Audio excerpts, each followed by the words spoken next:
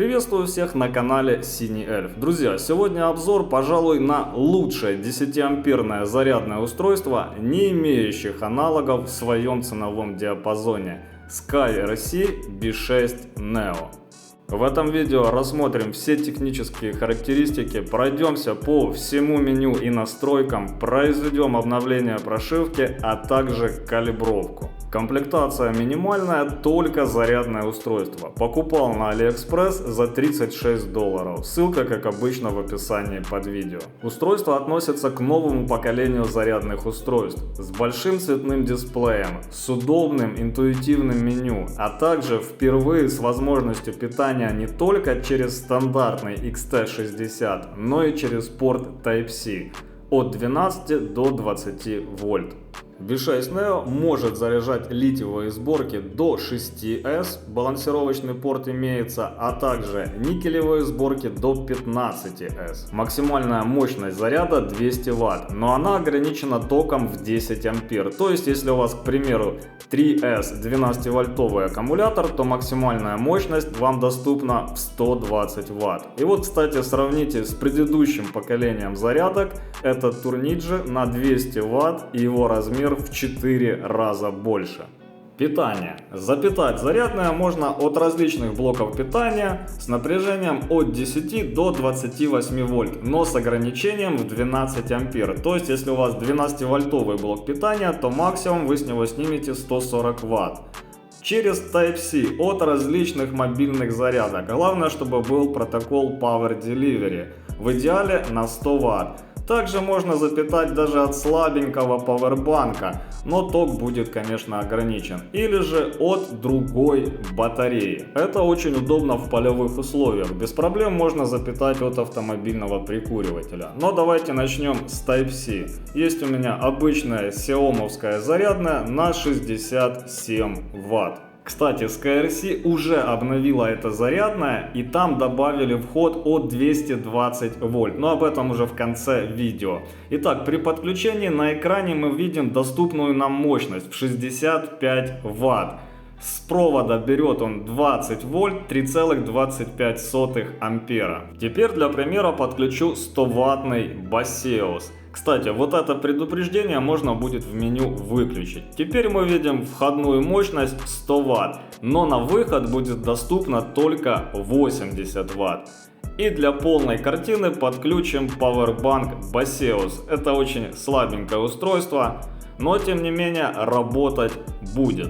Зарядка тут же предупреждает о низком входном напряжении, и нам доступно всего лишь 18 Вт, я думаю даже меньше, 12 вольт 1,5 ампера. Возвращаюсь на зарядное Xiaomi и кликаю по центральной клавише. Перед вами главное меню. Сейчас выставлена программа литий-полимер, зарядка плюс балансировка 4S. Кликаем еще раз, и в первом пункте мы можем изменить тип батареи. Литий-полимер, литий-ион, литий-феррум, литий-хай-вольтаж, никель-металлгидрид, никель-кадмий и обычный свинец, как в вашем автомобиле. К свинцу я еще вернусь, так как для автомобилистов данная зарядка просто находка. Итак, ставлю для примера литий-полимер. Следующий пункт меню – Battery Cell. Здесь мы выбираем количество ячеек вашего аккумулятора. Доступно от 1 до 6S. Для примера поставлю 3S, максимальное напряжение 12,6 вольта. Третий пункт меню – выбор программ. Первая – зарядка плюс балансировка. Вторая – просто зарядка без балансировки. Storage – сохранение, заряд или разряд до номинального напряжения. И Discharge – разрядка. К сожалению, программы просто балансировки в данном устройстве почему-то нет. Четвертый пункт меню – выбор максимального напряжения заряда. По умолчанию для литий-полимера 4,2 вольта, но минимум мы можем зарядить до 4,18, а максимум до 4,22. И этот выбор также весьма ограничен. В предыдущих зарядках можно было выбирать любое напряжение. Пятый пункт – выбор тока заряда. От 0,1 до 10 ампер. Зарядная заряжает в режиме постоянного тока. Но имейте в виду, если вы выбрали, к примеру, 10 ампер, а на входе блок питания выдает всего лишь 3 ампера, то естественно зарядная откажется работать с данными настройками. После того, как выбрали программу, указали напряжение и ток, можно нажимать на пункт «Старт» и зарядная приступит к зарядке. Но для начала, конечно, нужно подключить батарею. Вам также понадобятся различные переходники, крокодильчики, клеммы и так далее. Под описанием под видео накидаю самые важные позиции. Для примера сейчас подключу 1С литиевую сборку из 4 18650. Подключаемся и видим, что на экране ничего не показывает. Дело в том, что я перепутал полярность. Как видите, защита от дурака присутствует, и это очень хорошо. Такое может произойти в спешке с каждым. Теперь на экране мы видим напряжение аккумулятора. Кликаем на центральную клавишу и выставляем все необходимые настройки. К примеру, я изменю ток. Повысим его до максимально допустимого по блоку питания 3 ампера. Нажимаем на старт. Ошибка батареи. В чем же дело? Проверяю все выставленные настройки и вижу, что у меня задана батарея 3С, а подключена 1С. И это также защита от неправильных манипуляций. Пробую заново запустить. И опять ошибка. Здесь уже посложнее. Дело в том, что выбрана программа балансировки плюс зарядка, но 1С не балансируется. Такой пунктик может попасть каждый. И теперь все работает. Программа заряда.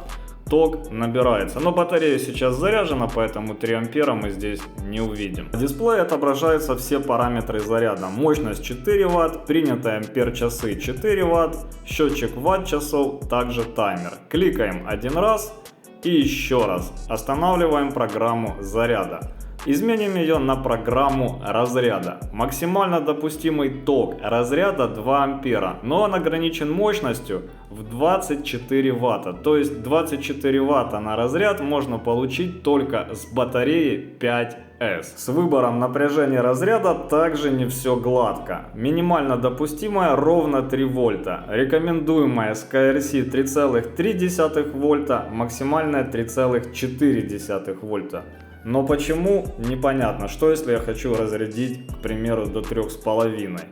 Кликаю на старт, запускается программа разряда. Также мы видим мощность, отданные ампер-часы и впоследствии ватт-часы. Но играться будем уже на более взрослой батарее. 4С литий полимерная сборка с максимальным напряжением заряда 16,8 вольта. Конечно, у нее присутствует балансировочный разъем. Кстати, вот настроечки у нас здесь остаются 3С. Сейчас мы выйдем в главное меню, подключим балансир. Сперва всегда подключайте балансировочный порт. Это даже рекомендует производитель. И видим напряжение 14,8 вольта. Кстати, если зарядная вообще не подключена к источнику питания и подключить его к балансировочному разъему, оно покажет вам состояние аккумулятора, напряжение по ячейкам, общее напряжение, а также разбалансировку. И это очень удобно, если у вас много аккумуляторов, можно его использовать просто как индикатор напряжения. Так, и осталось подключить силовой разъем. Далее кликаем опять один раз на центральную кнопку и видим, что уже параметр изменен на 4С. Зарядная автоматически откалибровала настройки. Выбираем зарядку плюс балансировку, но можно заряжать и без балансировки. И ток, естественно, нужно будет уменьшить. Максимально допустимая на моем блок питания 3,25. Вот его сейчас и попробуем. Никак не могу привыкнуть к перевернутым клавишам. Плюс уменьшает значение, минус увеличивает. Вот поставим 3,2 ампера. Нажимаем на старт и процесс заряда начался. Зарядная плавно повышает ток до заданного. Вот мы уже видим мощность в районе 48 Вт. 48 Вт, счетчик ампер-часов заработал, счетчик ватт-часов заработал. Но давайте попробуем поднять ток выше допустимого значения. Иногда блоки питания могут выдавать ток больше заявленного. Попробуем поставить 3,5 ампера. 3,25 максимально допустимый, немножко завысил, запускаю программу заряда. Но лучше ток не превышать, потому что зарядка может прерваться где-то в середине цикла заряда. Итак, 3,35. 3,5 не получилось, но и ошибку зарядка не выдала, просто берет максимально допустимое. Кликаем один раз вверх, также попадаем в меню напряжения, еще раз можем посмотреть сопротивление по ячейкам и общее сопротивление батареи. С питанием по Type-C разобрались, 50 плюс ватт можно снять с блок питания на 67 ватт. Если блок питания будет на 100 ватт, максимум 80 ватт. Но хотелось бы посмотреть цифры побольше, поэтому возьму вот такой источник на 1 киловатт 12 вольт. Это, конечно, переизбыток, можно 5 таких зарядок запитать, но другого у меня нет. В этот раз подключаюсь через XT60. Напоминаю, максимально допустимый ток на входе 12 ампер, но напряжение может быть до 28 вольт. То есть при 12 вольтах максимум это в районе 140 ватт. Также учитываем, что напряжение 4S сборки практически 17 вольт, а 6S сборки в районе 25 вольт. То есть зарядная будет повышать напряжение. Поэтому ток на входе, естественно, ограничен. Итак, пробуем запустить 10 ампер, 4S сборка. То есть в идеале для того, чтобы снять 200 ватт, лучше использовать блок питания на 24 вольта. Также серверные, стоят они копейки и продаются на барахолках свободно. Итак, мощность постепенно нарастает, прошли отметку в 100 Вт, 8,5, 8,7, 8,9 ампер. Практически 9 ампер удалось получить на выходе, используя 12-вольтовый блок питания. К сожалению, источника питания с большим напряжением сейчас у меня под рукой нет, поэтому продемонстрировал вам максимум. И если вы захотите снять 200 Вт, то готовьте блок питания на 24 вольта. Что касается измерений сопротивления, нужно понимать, что это на постоянном напряжении и реальное сопротивление будет примерно в 2,5 раза меньше. Кстати, напряжение на входе даже 12,5 вольт, напряжение отсечки 10 вольт, но об этом далее. Еще пару слов о типах аккумуляторов и пойдем по настройке меню. Итак, литий-ион, понятно, литий-феррум. Напряжение максимального заряда 3,65, и вот диапазон выбора перед вами также невелик. Далее, литий high voltage, это напряжение 4,35 максималка, и вниз-вверх также всего лишь 2 пункта. Два типа никеля, это цилиндрические аккумуляторы, вряд ли будете вы их заряжать, но иногда бывают большие сборки, поэтому может пригодиться. И свинец. Можно заряжать обычные автомобильные 12-вольтовые 6S и мотоциклетные на 6 вольт 3S. Программы: обычный свинец, нормальная зарядка, АГМ, батареи, холодная зарядка, если вы надолго оставляете заряжать, и разрядить можно также ваши свинцовые батареи. Есть возможность выбрать напряжение разряда, но диапазон очень-очень невелик. По току разряда также потолок 2 ампера. А вот с зарядкой уже повеселее. Выбираем необходимый тип аккумулятора, но выбор напряжения уже при этом недоступен. Доступен только ток. Максимальный в 10 ампер, то есть можно заряжать свинцово-кислотные аккумуляторы емкостью в районе 100 ампер-часов и даже больше. То есть не только автомобильные, но и грузовые. Теперь пройдемся по системным настройкам. Зажимаем центральную клавишу и попадаем в System Setting. Первый пункт – тест параметр, и в нем первый пункт – Safety Time. Это, друзья, ограничение по времени заряда, довольно важный пункт. Если у вас заведомо больная батарея и вы не знаете, исправна она или нет, лучше ограничить время заряда. Также в следующий пункт – ограничение по емкости заряда. Это также относится к пункту безопасности. Максимально допустимая зарядная емкость 50 ампер-часов, но если вам надо больше, к примеру, у вас 100 амперный свинцовый аккумулятор, просто выключите данный пункт, согнав цифру в 0. Trickle Charge. При активации данного пункта после завершения цикла заряда, зарядная будет еще подпитывать аккумулятор, не давая ему разряжаться. Если вам это нужно, активируйте данную функцию. А вот это Holding Voltage, это какая-то секретная функция, информации по которой нет нигде, даже в инструкции. И если вы знаете, что это, напишите в комментариях. Далее подпункт System Setting. Выбор языка. Выбор невелик, и знакомый хоть как-то мне только, к сожалению, английский.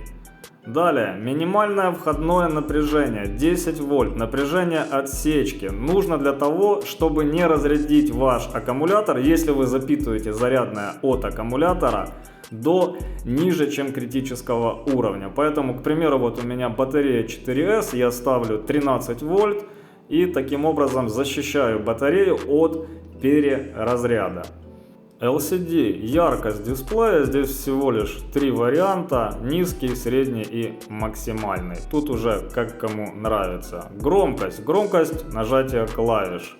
4 варианта, полностью беззвучный и 3 варианта громкости.